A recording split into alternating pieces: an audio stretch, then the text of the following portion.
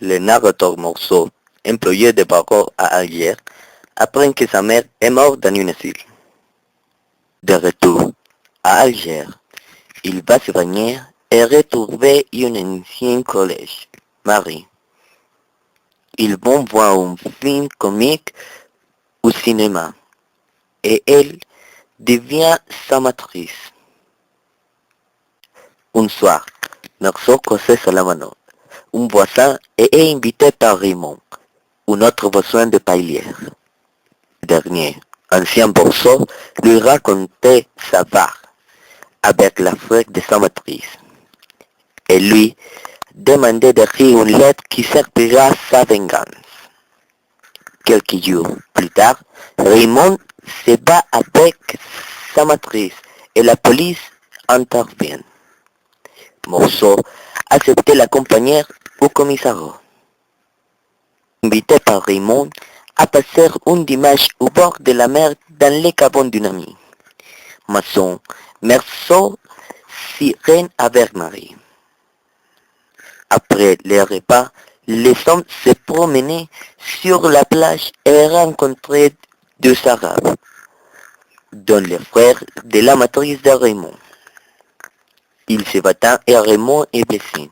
De retour au cabanon, Merceau le tempère et lui prend son revolver pour lui éviter de tuer.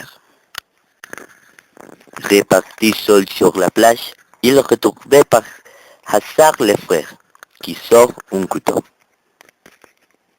Assommé par le poids désolé, il se glisse sur le revolver et le coupe part tout seul. Mais Merceau tire 4 autres coupes sur le corps inerte. Morceau est emprisonné. L'instruction va durer 11 mois.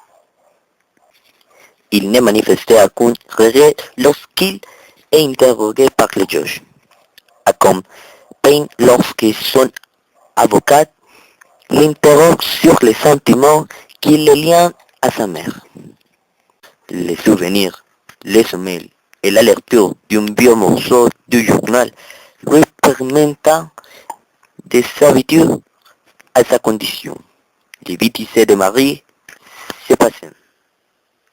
Le procès débutait avec l'été.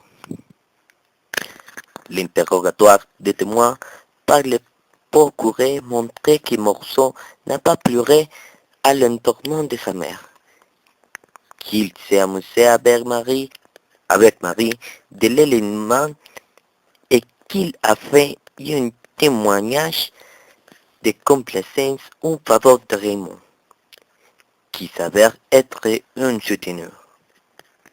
Les témoignages favorables des Masson et Salamano sont à peine écoutés.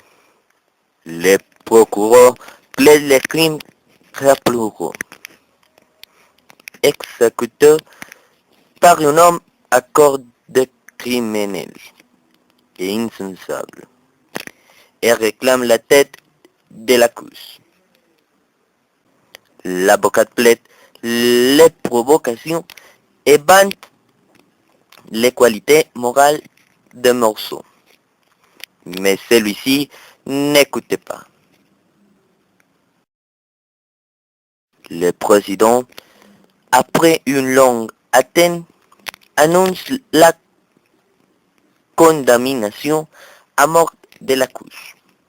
Dans sa cellule, Morceau pense à son exécution, à son pouvoir et Marie qui ne l'écrit plus.